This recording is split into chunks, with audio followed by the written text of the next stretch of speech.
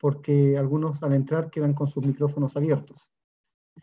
Así que vamos a empezar hoy día con un canto, como siempre, y después vamos a orar.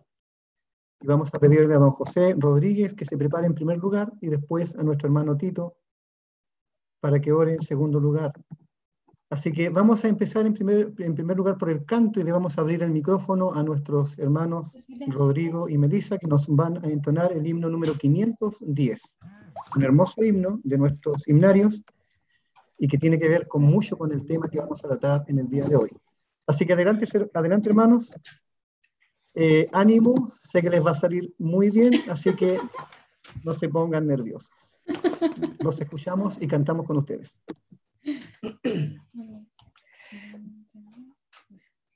Viene otra vez nuestro Salvador, oh que si fuera hoy, para reinar con poder y amor, oh que si fuera hoy.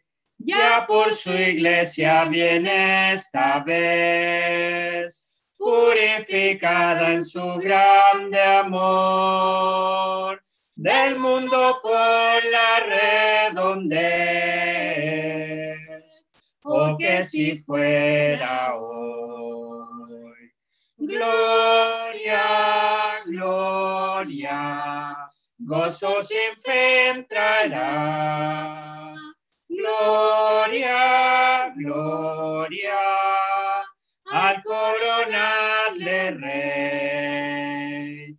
Gloria, gloria, la senda preparad. Gloria, gloria, Cristo viene otra vez. Terminará el poder de Satán. Ojalá fuera hoy. No más tristezas aquí verán. Ojalá fuera hoy. Todos los muertos en Cristo irán, arrebatados por su Señor. Cuando estas glorias aquí vendrán, ojalá fuera hoy. Gloria, gloria, gozo sin fin entrará. Gloria, gloria, al coronarle rey. Gloria, gloria, la senda preparad. Gloria, gloria, Cristo viene otra vez. Fieles y leales nos debe hallar, si Él viniera hoy, todos velando con gozo y paz, si Él viniera hoy. Multiplicadas señales hay, en el oriente se ve el albor, ya más cercano el tiempo está, ojalá fuera hoy. Gloria, gloria, gozo sin fin entrará. Gloria, gloria, al coronarle rey.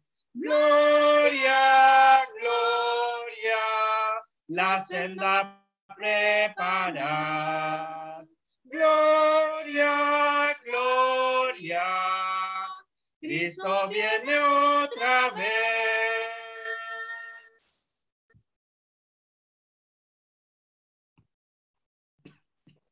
Muchas gracias, hermanos. Ven, no costó, así que muy bien, se vio bien. Lo cantamos ahí con ustedes. Vamos a abrir el micrófono ahora, hermanos queridos, a nuestro hermano don José Rodríguez, para que nos encomiende en oración. Nuestro Padre Celestial, te damos gracias nuevamente por tu Hijo, nuestro Señor y Salvador Jesucristo. Queremos agradecerte por tu grande amor que nos diste a nuestro único y suficiente Salvador. Te agradecemos por todas las cosas que hemos recibido, sabiendo que han venido de tu mano, las hemos recibido con gozo. Queremos pensar en lo que será el futuro en tu presencia. Mientras tanto acá, queremos disfrutar de todo lo que tú nos des.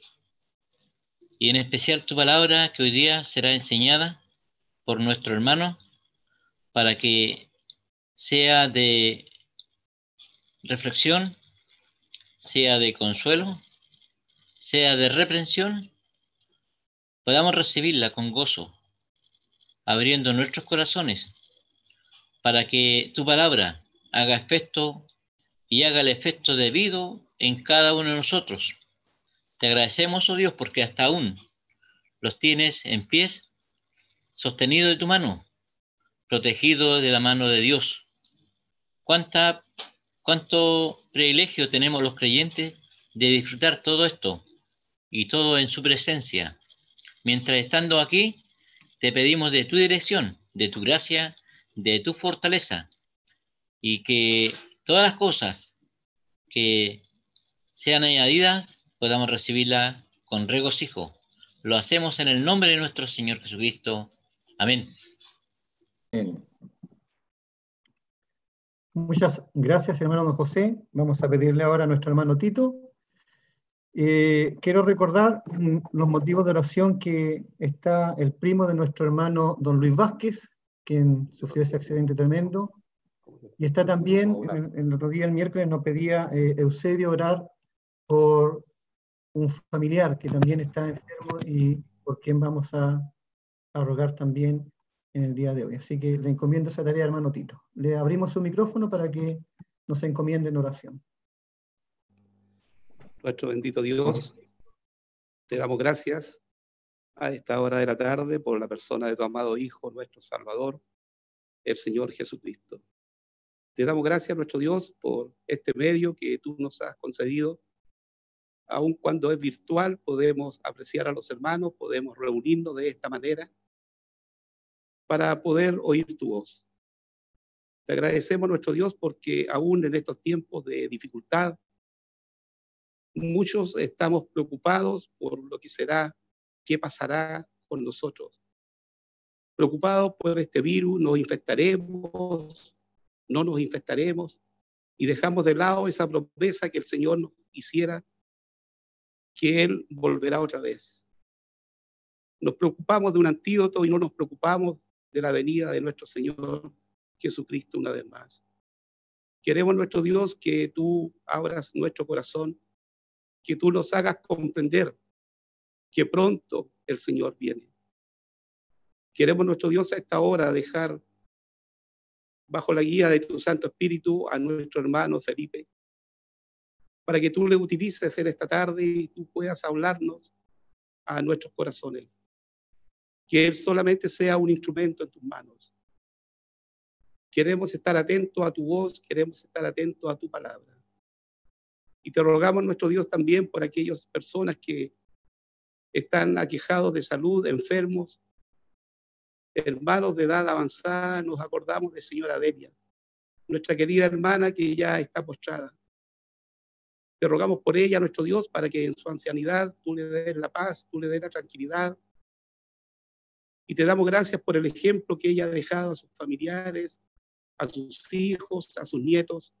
Rogamos, nuestro Dios, que tú seas con ella en estos momentos difíciles que ella está atravesando. Queremos, nuestro Dios, dejar esta reunión bajo la guía de tu Santo Espíritu. Que tú la controles desde el principio hasta el final.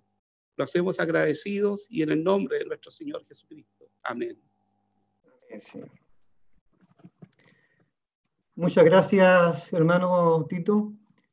Hoy día tenemos una reunión especial. Comenzamos una serie de eventos futuros que nos va a enseñar nuestro hermano Felipe Poblete, de nuestra querida Asamblea Hermana de Lota. Es muy especial este tema que vamos a estudiar, que vamos a tratar por varios viernes.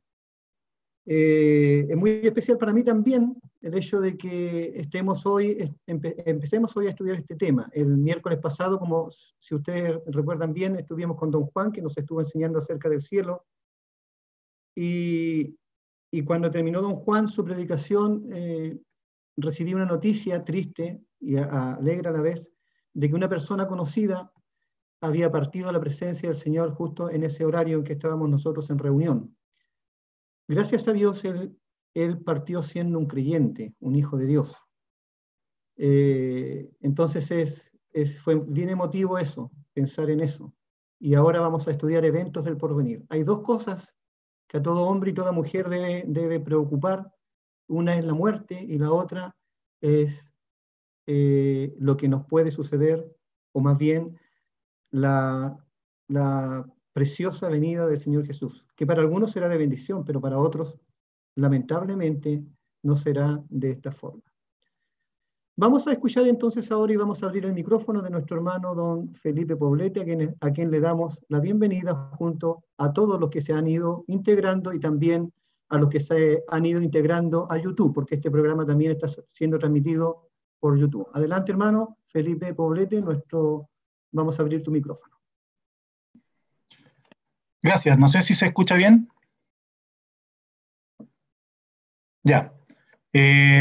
Buenas noches, queridos hermanos. Lo que vamos a comenzar a ver son eventos del porvenir. La verdad es que los eventos del porvenir se pueden tomar, es muy amplio el tema, y yo lo que quise considerar en esta oportunidad son los eventos en el porvenir que van a ocurrir aquí en la tierra. Si bien nosotros como creyentes tenemos mucha enseñanza o hemos recibido harta enseñanza en cuanto al arrebatamiento, a lo que va a pasar en el cielo, sin ir más lejos, nuestro hermano don Juan el día miércoles, ¿cierto?, nos mostró la gran esperanza que tiene el creyente de que muy pronto se va a encontrar con el Señor. Más que el cielo es la presencia del Señor. Y hemos recibido mucha enseñanza en cuanto al arrebatamiento, en cuanto al tribunal de Cristo, a la boda del Cordero, pero yo me quiero centrar a los eventos que van a ocurrir en la tierra. Uno dirá, o alguien dirá, ¿de qué me sirve a mí como creyente saber lo que va a pasar en la tierra si no voy a estar? Bueno, hay varias razones en realidad. El Señor mismo lo enseñó. Él enseñó la doctrina de todo lo que va a ocurrir aquí en la tierra. Pablo mismo también enseñó en las iglesias acerca de este periodo de gran tribulación. Y por supuesto, Pablo mismo habla de que él nunca dejó de entregar todo lo que es el conocimiento, el consejo de Dios. Por lo tanto, nosotros también como creyentes debemos estar preparados para presentar defensa en algún momento de lo que habla, lo que enseña la Biblia acerca de los eventos futuros que van a ocurrir aquí en la tierra. Así es que esa es más o menos el objetivo, la meta que yo tengo considerado de ver que son los eventos que van a ocurrir aquí en la tierra. Voy a compartir la pantalla, no sé si ustedes me dicen si se ve bien o no.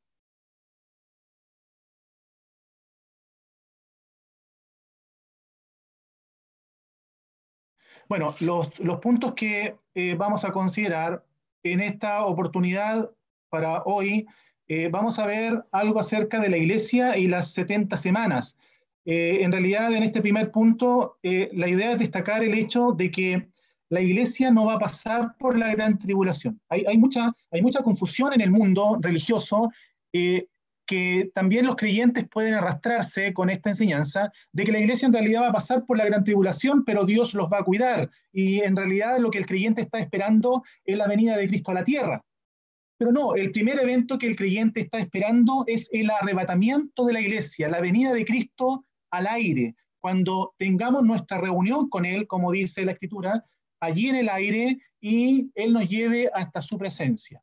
En una próxima oportunidad, si el Señor lo permite, vamos a ver lo que es la gran tribulación separada en estos primeros 3 años y medio, conocido como el principio de dolores, y la segunda parte de la gran tribulación, llamada gran tribulación. y finalmente la venida de Cristo a la tierra con los juicios futuros que van a ocurrir en este mundo. Este es un esquema general, en realidad, ojalá se aprecie bien. El creyente, lo que está esperando el creyente es el arrebatamiento de la iglesia. Estamos viviendo lo que es la dispensación de la iglesia, que comenzó cuando el Espíritu Santo bajó a morar en los creyentes, bajó a morar en la iglesia. Ya llevamos cerca de 2000 años en esta dispensación, donde el creyente, como mencioné, estamos esperando el arrebatamiento de la iglesia, cuando el Señor nos lleva a su presencia, y allí ocurrirán dos eventos: el tribunal de Cristo y las bodas del Cordero. Pero aquí en la tierra, inmediatamente después del arrebatamiento de la iglesia, como vamos a ver seguramente en la próxima clase, lo que va a ocurrir es este periodo de gran tribulación. Y una vez que se completen estos 7 años de gran tribulación, vendrá el Señor, pero ya no vendrá al aire, ya no vendrá en que solamente los suyos le van a ver. Dice la palabra de que todo ojo le verá.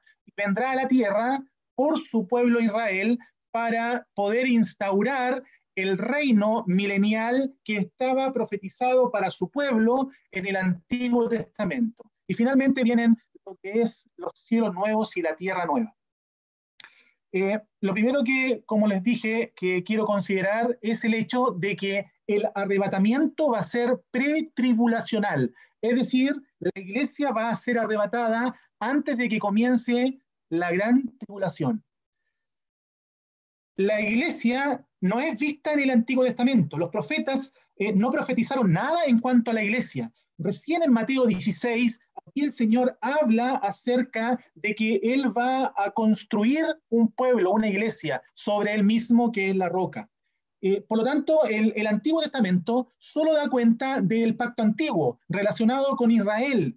Y todo lo que vemos en el Antiguo Testamento está profetizado con Israel. Mira, esta gráfica es muy buena, es muy interesante. En lo personal me ha ayudado mucho, porque si uno se fija, la visión que tenían los profetas en el Antiguo Testamento de todo lo que profetizaban, ellos profetizaban y tenían su mirada en la venida del Mesías aquí en la tierra, efectivamente, que Él vendría a la tierra y Él vendría a morir, tal como estaba anunciado por los profetas. Pero lo que ellos visualizaban inmediatamente después de su venida era la venida de Cristo a reinar. Por eso es que, por ejemplo, los discípulos, ellos pensaban que el Señor, al venir al mundo, Él los iba a librar del yugo romano. ¿Se acuerda de el sentimiento que tenían los dos de Emaús? Nosotros pensábamos, dicen ellos, nosotros pensábamos que Él nos iba a librar, ¿cierto? Y van con sus corazones desfallecidos. Pero era porque la iglesia era un misterio que estaba escondido, que no había sido revelado en el Antiguo Testamento. A lo más se había hablado en el pacto que Dios hace con Abraham, de que en Israel iban a ser benditas todas las naciones. Es decir, también nos iba a tocar a nosotros alguna bendición de Israel. Pero lo que no estaba revelado acerca de la iglesia es que en realidad este misterio escondido es que en realidad la iglesia iba a ser el pueblo espiritual, la esposa del Cordero, de tal forma de que iba a tener mayor relevancia que el pueblo terrenal. Por eso es que los profetas, toda profecía que tenemos que considerar, esto es muy importante, para considerar lo que es la profecía de las 70 semanas que vamos a considerar. Todo lo que profetizaron los profetas tenían ninguna relación con la iglesia no existía, no había ninguna verdad mostrada en el Antiguo Testamento acerca de la iglesia. Por lo tanto, lo que los profetas miraban era la venida del Mesías a morir y luego a reinar. Pero nunca se dio a conocer este periodo que ya llevamos cerca de 2000 años en que el Señor está construyendo una iglesia como un edificio. Romanos 6, como dice ahí, dice Pablo hablando a la iglesia, pues no estamos bajo la ley, sino que estamos bajo la gracia. Ahora bien, ¿qué es lo que asegura el creyente de que él no va a pasar por la gran tribulación? ¿Qué es lo que asegura la iglesia de que no va a pasar por este periodo de gran tribulación de ira que Dios va a desencadenar sobre el mundo entero? En primer lugar es que Cristo llevó el pecado de todo creyente que cree verdaderamente en Él, que es parte de su pueblo, que es parte de la iglesia. Allí en primera de Pedro, el capítulo 2, versículo 24, dice, quien llevó él mismo nuestros pecados en su cuerpo, sobre el madero, para que nosotros, estando muertos a los pecados, vivamos a la justicia. ¿Cuándo llevó Cristo el pecado por nosotros? Dice clarito aquí, quien llevó él mismo nuestros pecados en su cuerpo sobre el madero. Es decir, cuando Cristo estaba sobre el madero, Él llevó mi pecado, puede decir un creyente confiadamente. El creyente puede decir, Él llevó mi pecado. Y como Él llevó mi pecado, allí en la cruz, en el madero, Dios se apartó de Él. Porque Dios no puede estar cerca del pecado. Dios mío, ¿por qué me has desamparado? Dijo el Señor. Y dice el Salmo, continuando esta declaración, pero tú eres santo. Tú eres santo, tú eres muy limpio de ojos para ver el mal.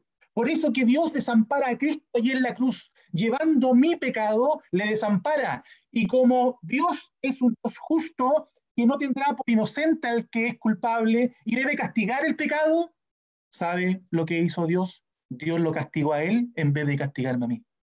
Como dice su palabra allí en Isaías, el capítulo 53, que él molido fue por nuestros pecados. Reafirma la verdad que hemos considerado. Mas él herido fue por nuestros pecados.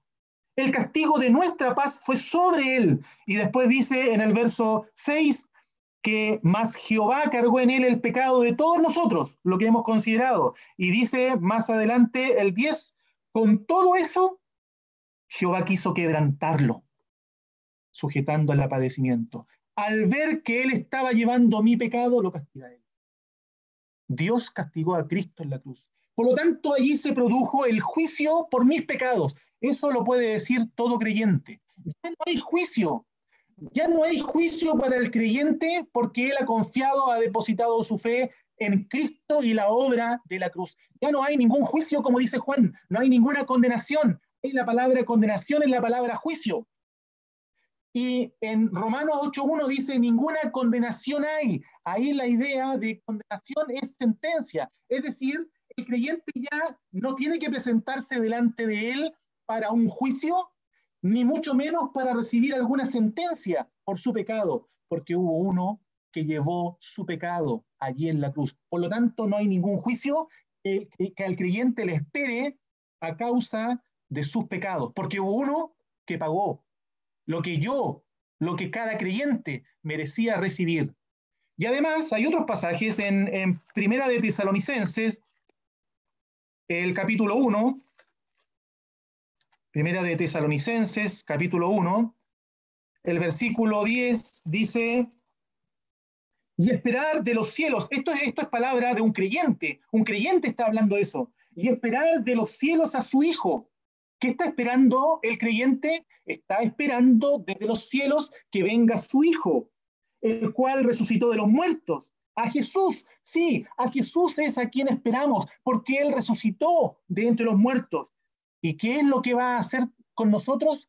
Él nos libra de la ira venidera.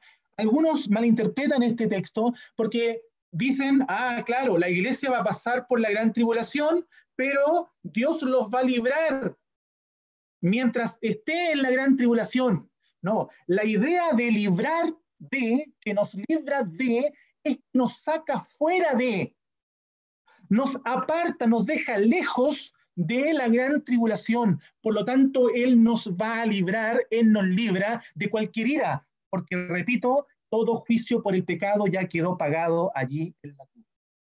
Además, aquí mismo en el capítulo 5, también hablando acerca de creyentes, porque no nos ha puesto Dios para ira. Dios no nos ha puesto para ira. No nos ha destinado, no nos ha colocado para que recibamos la ira y nuevamente siempre llegamos y colocamos nuestra vista hacia la cruz porque hubo uno que pagó la ira que mis pecados merecían pagar delante de Dios. Y en Apocalipsis capítulo 3, versículo 10, dice, hablando a creyentes, Por cuanto has guardado la palabra de mi paciencia, yo también te guardaré de la hora de la prueba que ha de venir sobre el mundo entero para probar a los que moran sobre la tierra. Él nos va a guardar, nos va a preservar de nuevo está la palabrita de, sacados fuera de la hora de la prueba que va a venir ¿sobre quién? Interesante, viene sobre los que moran sobre la tierra. El creyente nunca es visto como un morador de la tierra.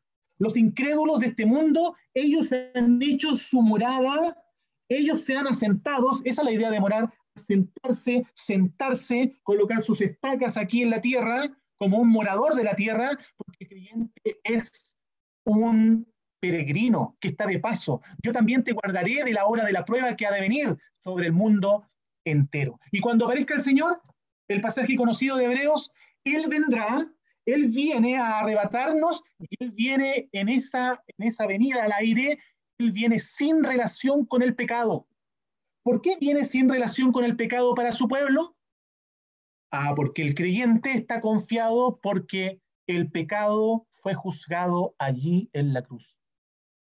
Y tú, estimado oyente, tú que escuchas y no tienes la salvación, tú que no has confesado a Cristo como tu Salvador, ¿qué es lo que esperas?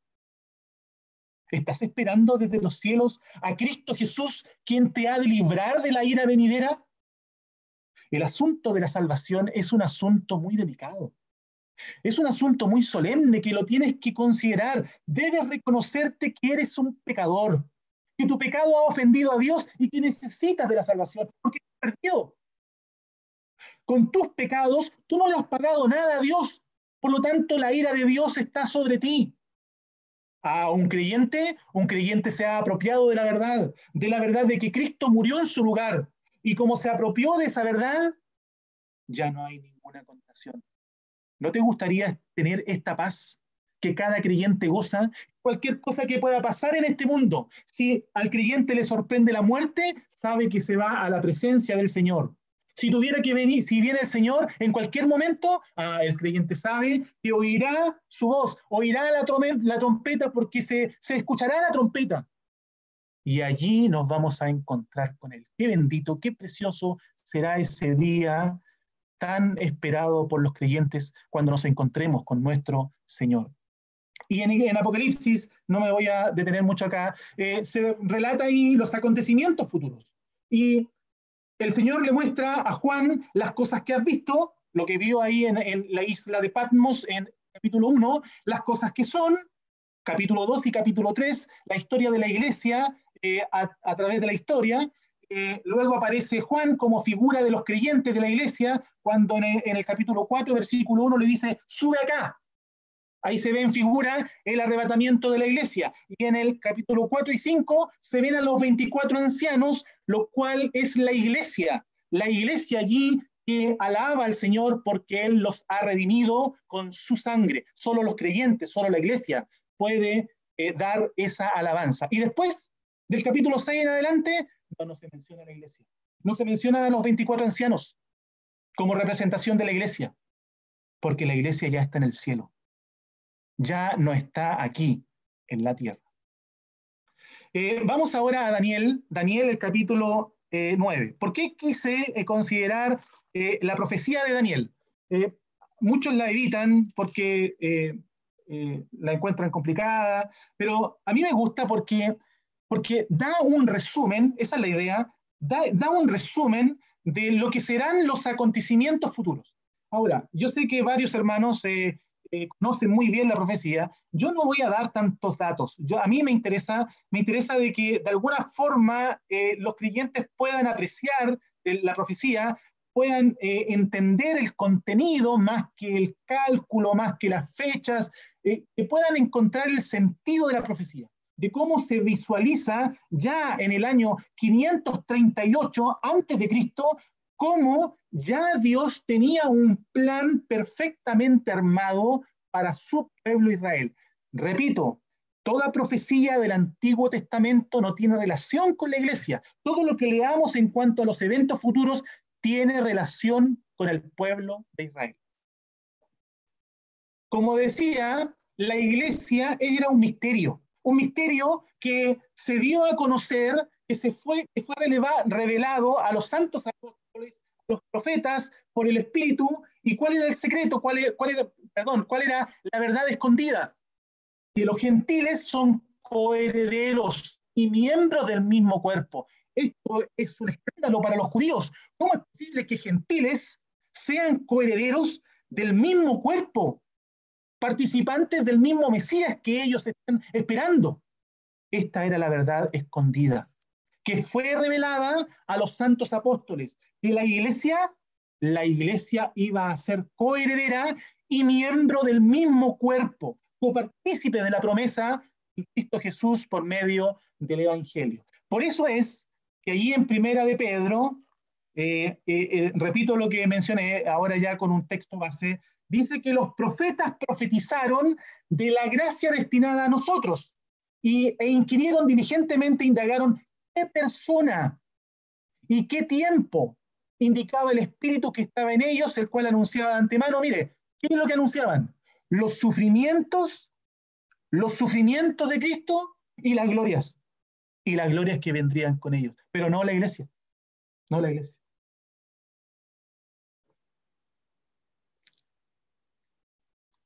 Voy a hacer un paréntesis porque alguna vez un hermano se me acercó y me dijo, ¿sabe, hermano? Yo no entiendo muy bien por qué los años van retrocediendo y ahora van aumentando, y en realidad a veces uno cuando quiere enseñar da cosas por sabida, pensando en que todos los hermanos saben de ciertas cosas y que son primordiales para entender algunas cosas de esto que estamos considerando, por ejemplo. Antes de que el Señor naciera, se fijó después como año cero.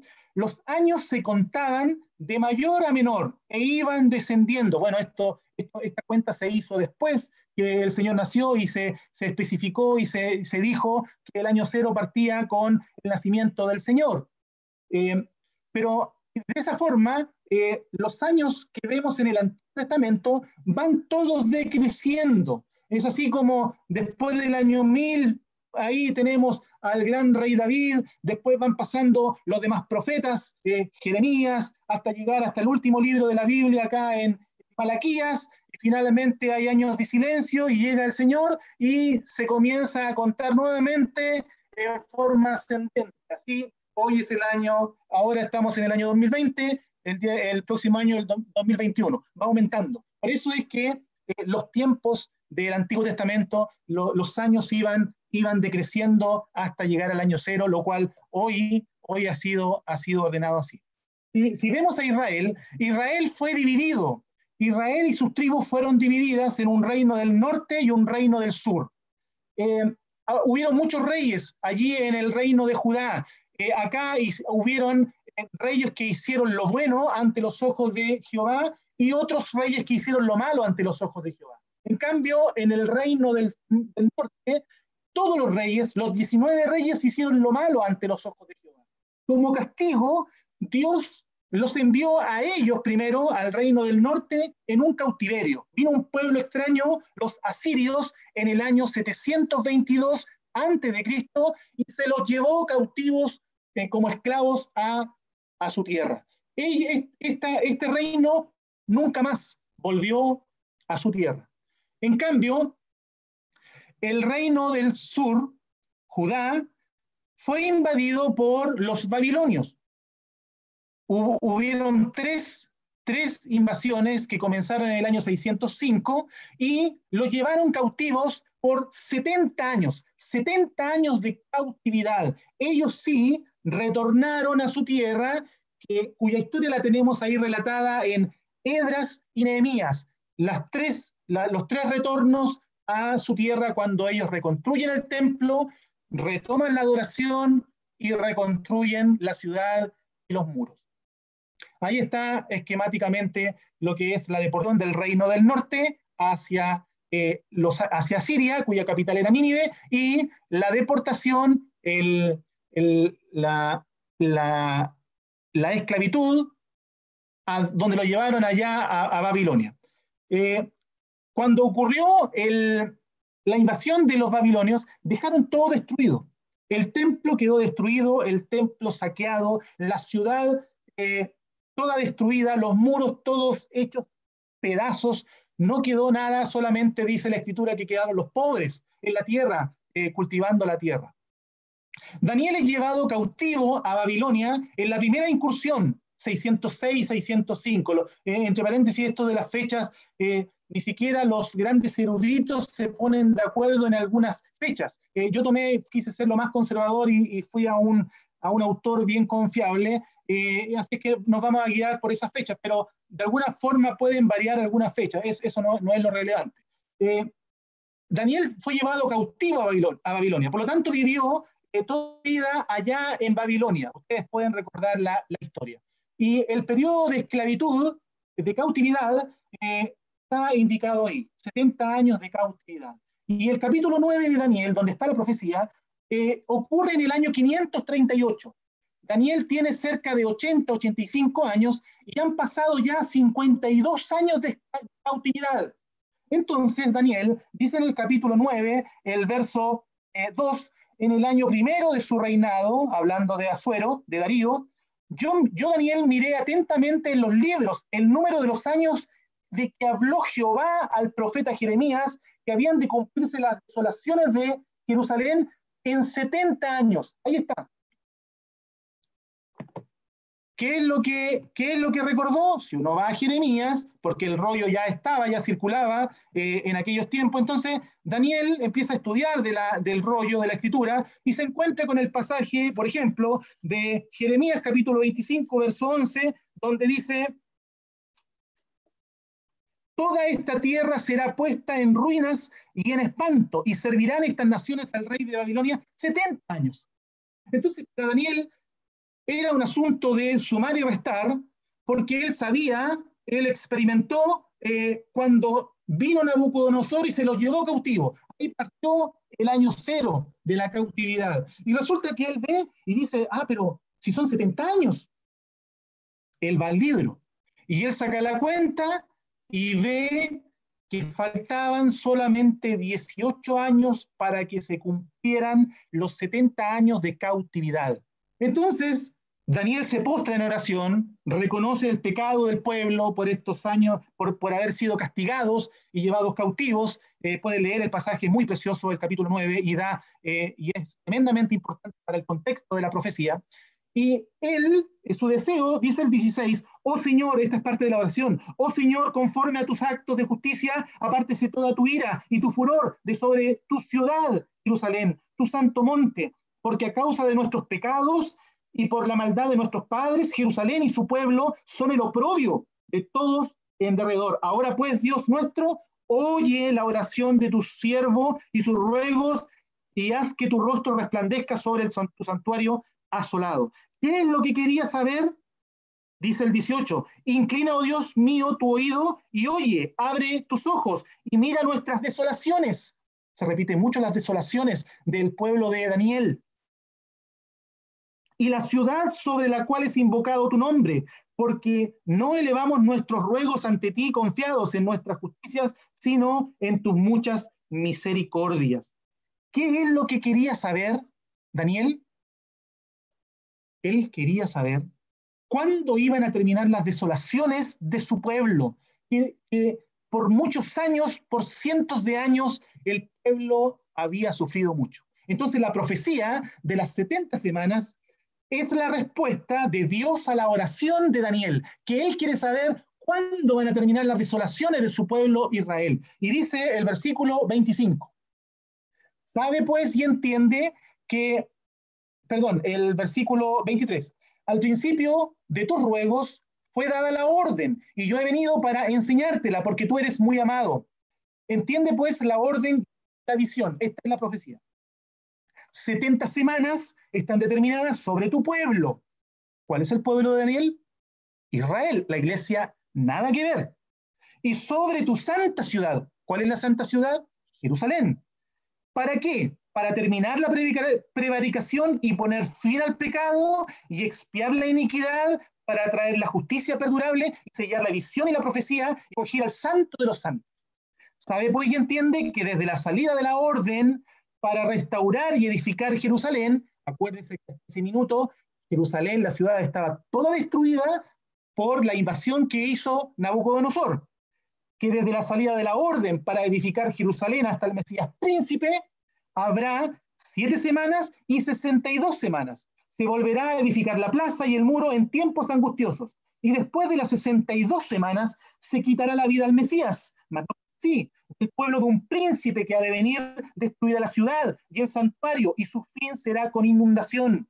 Y hasta el fin de la guerra durarán las devastaciones. Y por otra semana confirmará el pacto con muchos. A la mitad de la semana hará cesar el sacrificio y la ofrenda. Después, con la muchedumbre de las abominaciones, vendrá el desolador hasta que venga la consumación y lo que está determinado se derrame sobre el desolador. Ahora bien, es importante entender bien que esta profecía, tal como hemos leído, está relacionada con el pueblo de Israel y el fin de todas sus desolaciones. Eso es lo que quería saber Daniel. ¿Cuándo se van a acabar las desolaciones para mi pueblo, que está en ruinas? Y parte de la profecía, el verso 24, que 70 semanas están establecidas. Bueno, para los judíos, para nosotros, decir que una semana es un periodo de 7 años sería extraño, ¿cierto? Es como decirle a alguien, oye, en una semana nos vemos, o sea, en 7 años más nos vemos. No, pero para los judíos era algo, no sé si normal, pero si le hablaban de semana, él no podía distinguir si era una semana de días o una semana de años.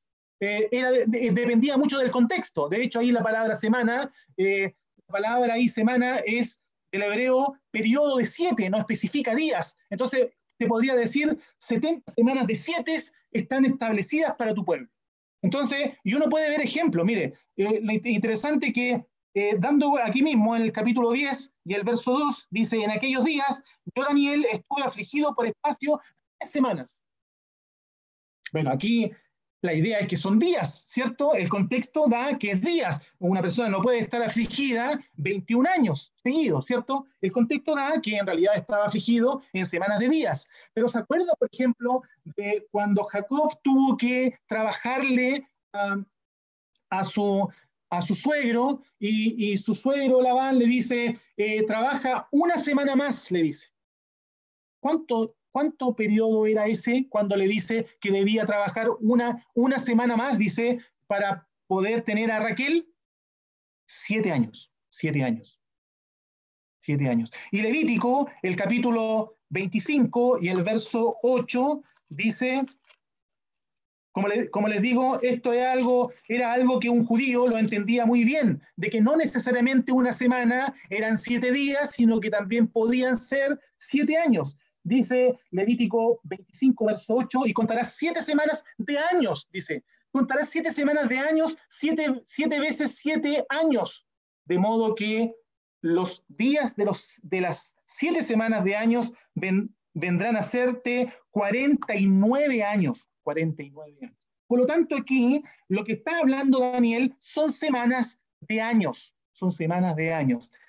Que 70 semanas, si uno saca la cuenta, son 490 años. Es decir, el fin de las desolaciones del pueblo de Daniel iban a terminar en un periodo de 490 años. Ahí se iban a acabar las desolaciones del pueblo de Daniel. Y repito, es bueno recalcar aquí, dice, 70 semanas están determinadas ¿sobre quién? Sobre tu pueblo y sobre tu santa ciudad. Ya estaba decretado, ya estaba señalado por Dios, ¿sobre quién? Sobre el pueblo de Daniel, Israel. ¿Sobre qué ciudad? Sobre la santa ciudad. ¿Cuál es la santa ciudad? Jerusalén. ¿Cuál es el objetivo? Porque dice para. Cuando hay un para, nos indica un fin, un objetivo, un propósito. Es decir, cuando se cumplan los 490 años establecidos por Dios para Israel, se deben cumplir estas 7 cosas. Cuando se terminen de cumplir estas 7 cosas, se habrán acabado las desolaciones del pueblo de Daniel. Terminar con la prevaricación Poner fin al pecado, expiar la iniquidad. Esto es algo espiritual relacionado con el pecado. Traer la justicia perdurable, sellar la visión, sellar la profecía y ungir al santo de los santos. Esto está relacionado con el pueblo de Daniel y su ciudad. Nada tiene que ver la iglesia. ¿Acaso esto no va a ocurrir cuando Cristo venga a la tierra e instaure el reino que Israel está esperando desde tiempos antiguos? Una de las cosas que dice el pacto que Dios hizo con Israel, por ejemplo, era que la tierra en posesión iba a ser desde el Mediterráneo hasta el gran río Éufrates. Israel está ocupando una franja muy pequeña en el día de hoy. Llegará el día en que Israel ocupe el territorio de Irán, de Irak, de Jordania, Siria, todos los países que están en ese territorio. No, aún no se ha cumplido. Las promesas de Dios para con su pueblo, ¿cuándo se van a cumplir? Cuando venga Cristo a la tierra para reinar. Ahí es cuando se va a terminar con la prevaricación, se va a poner fin al pecado y se va a expiar la iniquidad. ¿Por qué? Porque el remanente va a ver a Cristo viniendo desde las nubes y dice, y mirarán al que traspasaron. Israel ahí se arrepentirá y ahí se dará cuenta de que quien viene es a quien rechazaron. Y recién ahí se va a poder expiar la iniquidad del pueblo, del remanente que quede y que pase al milenio. Y por supuesto, ¿cuándo se va a terminar toda profecía? ¿Cuándo se va a ungir al santo de los santos? Ciertamente en relación al pueblo de Israel, allí, en el milenio. Este es un esquema para ver si se puede entender un poco más. Dice la profecía que hay 3 periodos de estas 70 semanas, que son 490 años. Dice que hay 7 semanas, el periodo se divide en 7, un primer periodo de 7 semanas, que son 49 años, hay un segundo periodo de 62 semanas, un periodo de 434 años, que ambos suman 69 semanas. Es decir, falta una semana, que es la que dice el verso 27, y por otra semana. Esta es la semana faltante. Luego, como vimos, ¿se acuerda el dibujo del monte? Los profetas solamente miraban la venida de Cristo y la gloria que vendría tras ellos. La iglesia era un misterio escondido. Y finalmente, cuando se cumplen las 70 semanas, la última semana cuando se termine, ahí se va a dar cumplimiento a todo lo que el objetivo de esta profecía. Entonces, el periodo se divide en 3 partes, 49 años, 434 años y 7 años. ¿Cuándo parte el periodo? Ahí parte el reloj biológico, el reloj de Dios para con su pueblo. Parte desde la salida, dice, desde la salida de la orden, el verso 25, desde la salida de la orden para restaurar y edificar Jerusalén. Resumiendo, el templo estaba destruido, la ciudad estaba destruida. Hubieron 13 edictos de parte de los reyes que vivían en aquel tiempo, en relación a la reconstrucción de Jerusalén. El que calza muy bien con esta profecía es el último, el de Nehemías, porque los otros no tenían relación con la restauración de la ciudad. Mire, aquí se habla de el muro y la plaza. ¿No se habla la plaza? La plaza no nos habla de una ciudad. Los muros no nos hablan de la protección que tiene aquella ciudad. Bueno, en aquel año, en el año 445, recuerde que Daniel está hablando, recibiendo esto en el año 538, vamos bajando en el periodo, pero pasa el tiempo, pasan estos años que faltaban, y en el año 445 se da el edicto, le dice Artajerjes a Nehemías, lo puede leer ahí en Nehemías 2, ok, yo te voy a dar madera, te voy a dar todo lo necesario para que tú vayas y reconstruyas la ciudad. Porque hasta ese minuto, en el libro de Esdras, se ve solamente la reconstrucción del templo, pero no se había reconstruido la ciudad. Por eso que Nehemías estaba muy triste. ¿Cuándo sucedió esto? Sucedió en el mes de Nisán, en el año 20 de Artajerjes, y que los estudiosos, los eruditos, lo toman, como se menciona ahí, en el año 20 de Artajerjes, que ocurrió, aquí está. La orden para edificar la ciudad de Jerusalén ocurre el 14 de marzo del año 445. Entonces, si contamos desde ahí 490 años, las 70 semanas, deberíamos terminar con el fin de las desolaciones del pueblo de Israel. Eso es lo que está puesto ahí.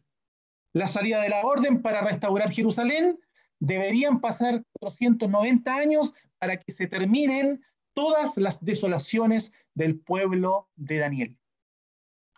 Dice que desde la salida de la orden hasta el Mesías príncipe, y aquí se habla del Mesías. Yo no me voy a extender mucho en cuanto al Mesías, porque nosotros como creyentes sabemos, hay mucha evidencia en el Nuevo Testamento, por boca del Señor, por boca de los seguidores del Señor, por boca después de los apóstoles, hay mucha evidencia de que sí, el Señor era el Mesías. Él era el ungido de Dios, el prometido para Israel. Ahora yo quiero preguntar aquí, dice, desde la salida de la orden para restaurar y edificar Jerusalén hasta el Mesías, que es Cristo, Mesías príncipe, habrá 2 periodos, dice, 7 semanas y 62 semanas. ¿Cuánto suma?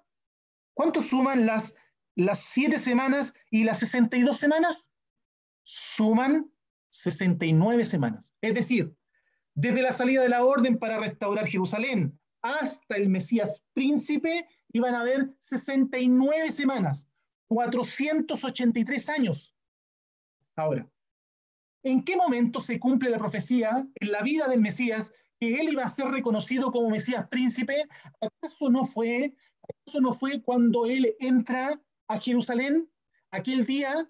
Un día domingo, cuando él entra a Jerusalén y todo el pueblo le reconoce como el Mesías prometido. Sí, ese es el día en que el Señor entra. De hecho, es increíble porque el Señor cuando dice, cuando llegó cerca de la ciudad, al verla lloró sobre ella, diciendo, oh, si tú también conocieses, a lo menos en tu día. Y ese día, hermano, estaba profetizado.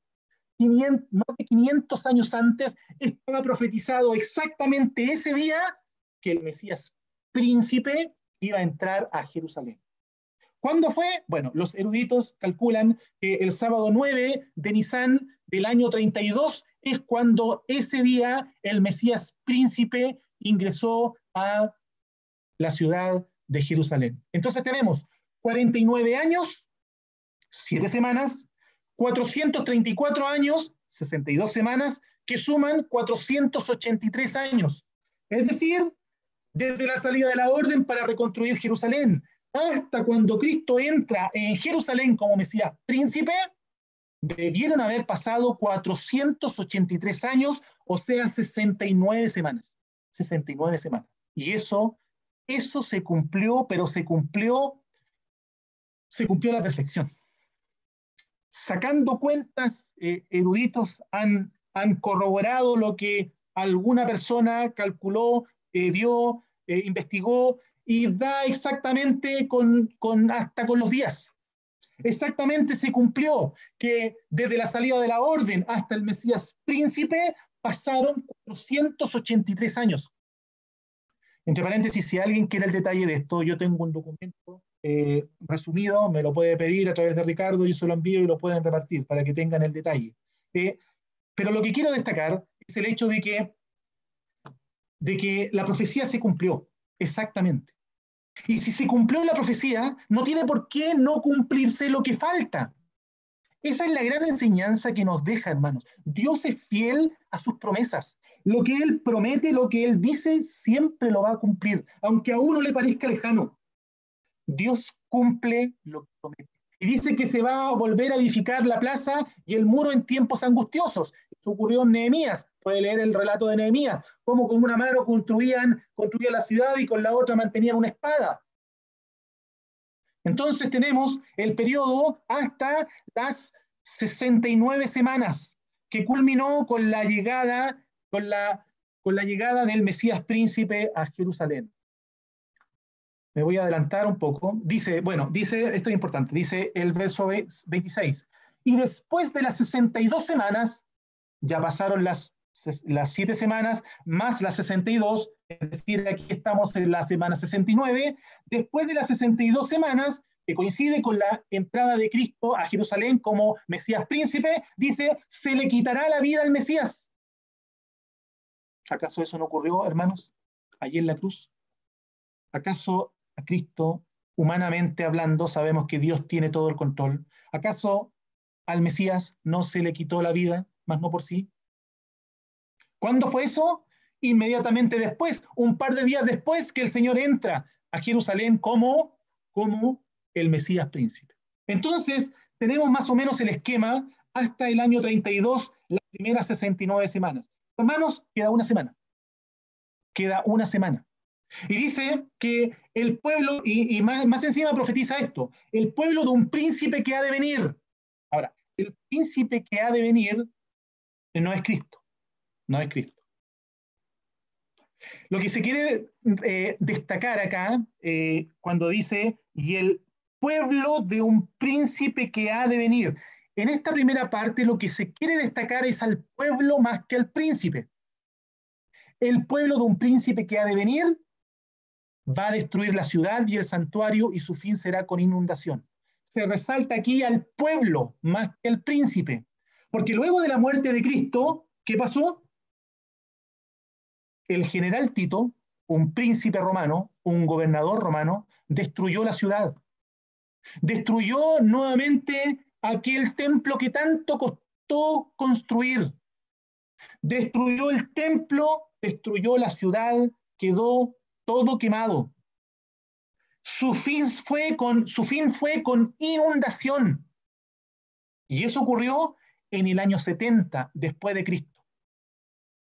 Cuando el general Tito, como dije, 38 años después de la muerte del Mesías, el general Tito, bajo las órdenes del Imperio Romano, esto es lo que quiero destacar, el pueblo es el Imperio Romano que en aquel tiempo estaba gobernando, cuyo príncipe fue el general Tito que destruyó la ciudad. La dejó toda destruida, como se ve ahí en las fotos.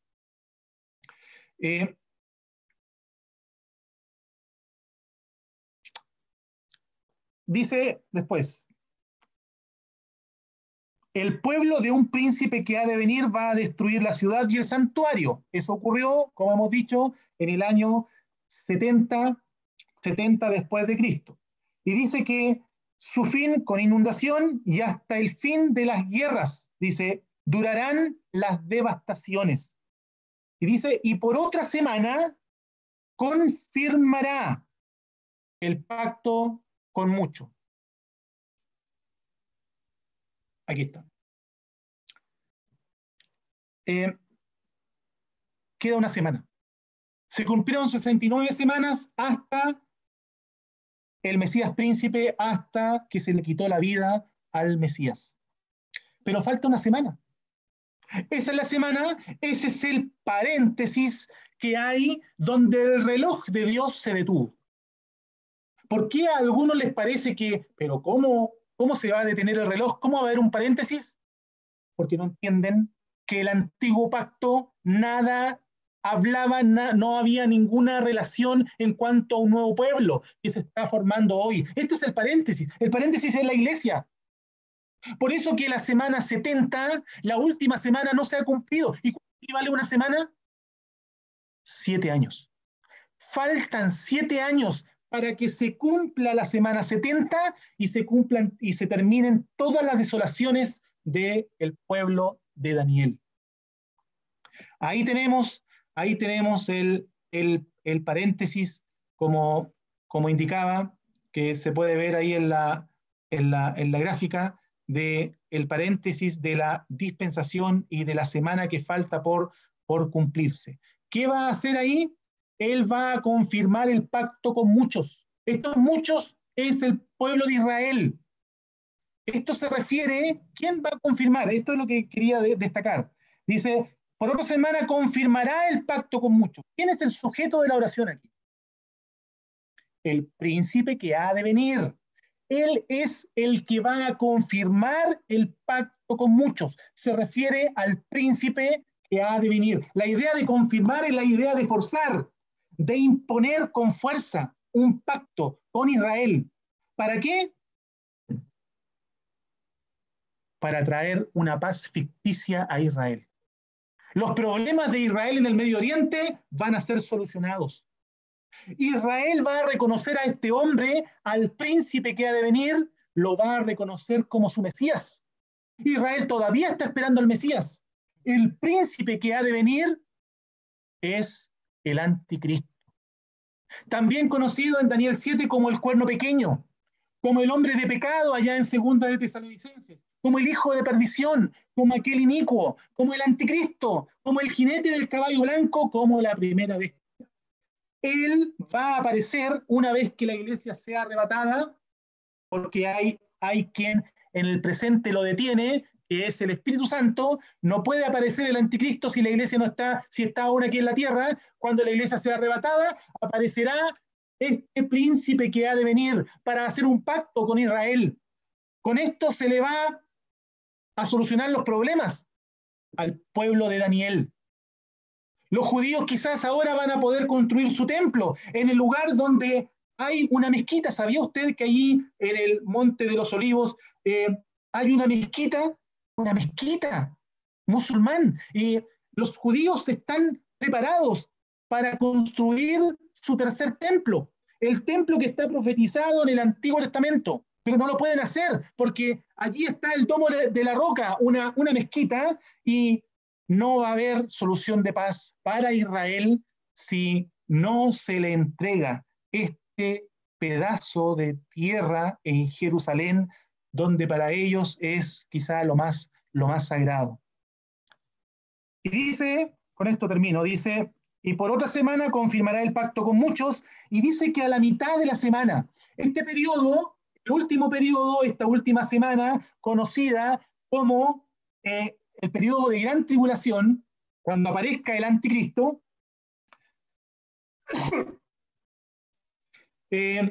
a la mitad de este periodo se divide en dos tiempos, 3 años y medio y 3 años y medio.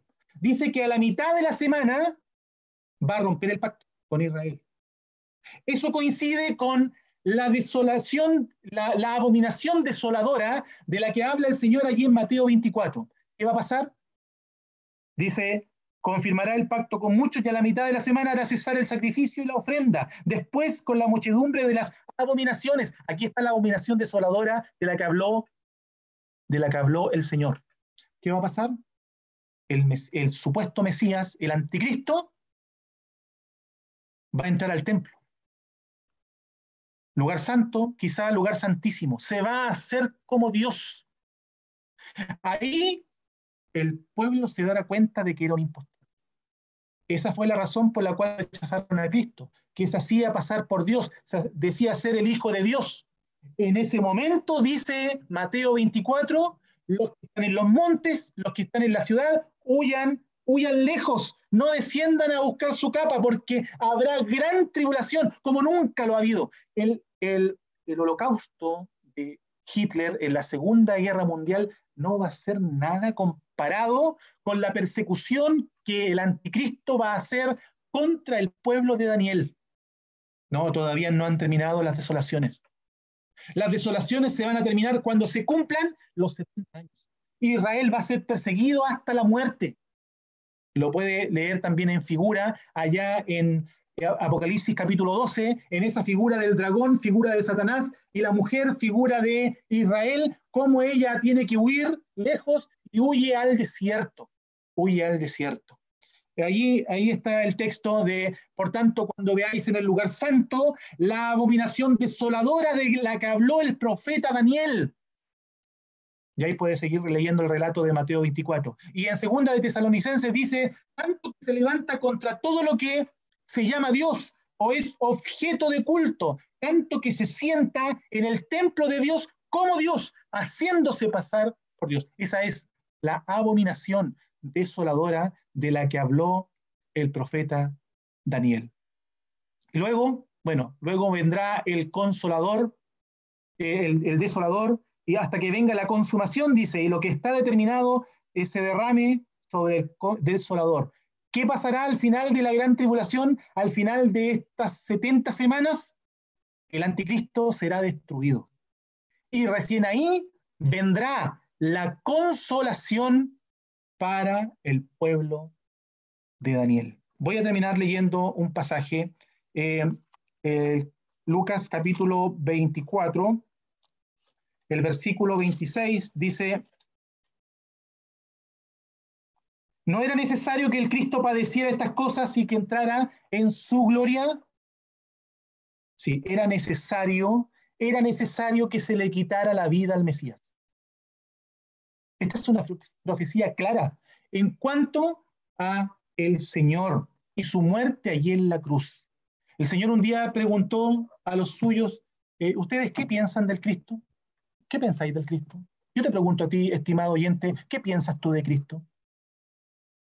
¿Lo consideras como un profeta, como un hombre bueno del cual seguir su ejemplo? Bueno, te presentamos a Cristo como el Mesías, a quien se le quitó la vida, aquel que padeció una sola vez por nuestros pecados, el justo por los injustos, para llevarnos a Dios.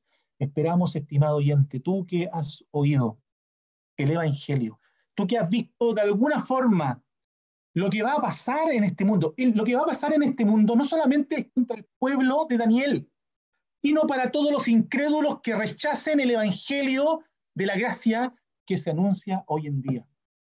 No convirtiéndote a Él hoy, en este momento, en este periodo de la iglesia, ya no habrá posibilidad de salvación.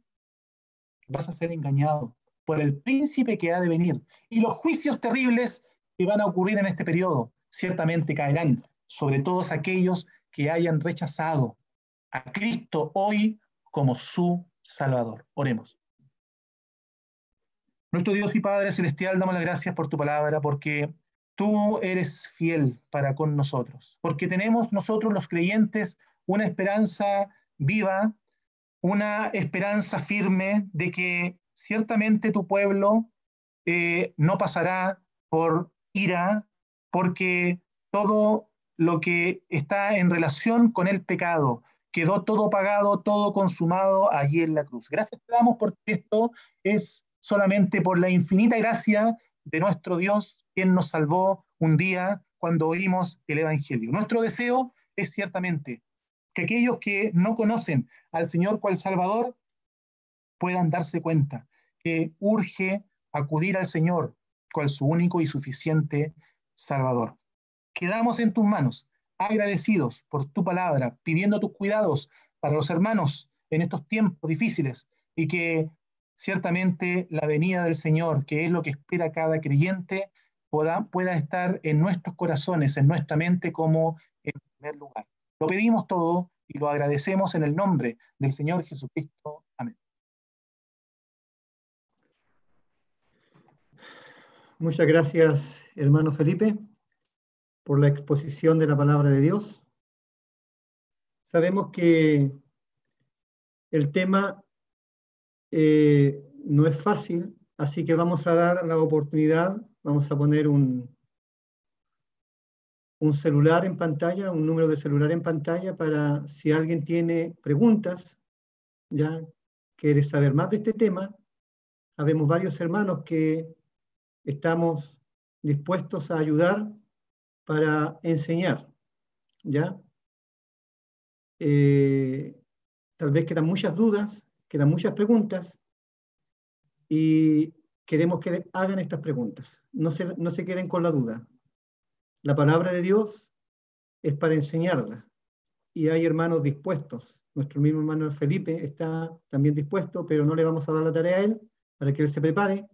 Habemos varios otros hermanos que sí podemos responder consultas, preguntas que ustedes tengan sobre este tema para una mejor comprensión en la enseñanza de la palabra de nuestro Dios.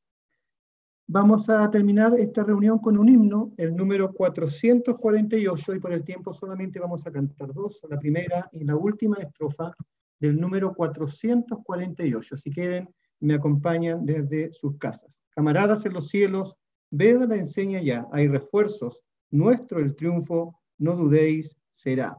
El 438, la primera y la última estrofa.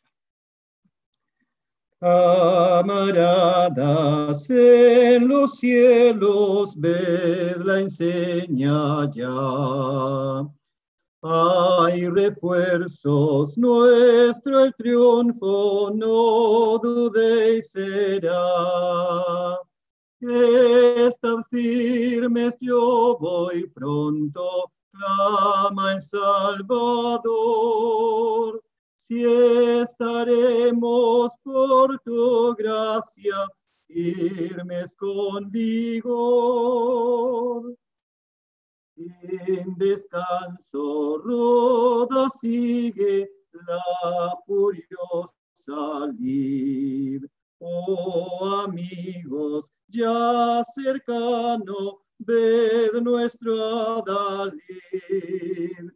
Viene el Cristo con potencia a salvar su grey.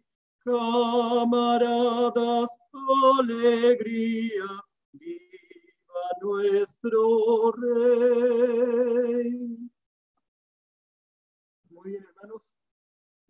Agradecemos a todos los presentes que muy amablemente se han conectado con nosotros. Gracias a los hermanos de las diferentes iglesias, de las diferentes partes de nuestro país. No sé si también habrá hermanos o personas de... Ah, sí, hay hermanos de... Está el hermano Ismael. Gracias, Ismael, por conectarte con nosotros. Queremos despedir ahora a los que se han conectado amablemente también a YouTube. Vamos a dar por finalizada la conexión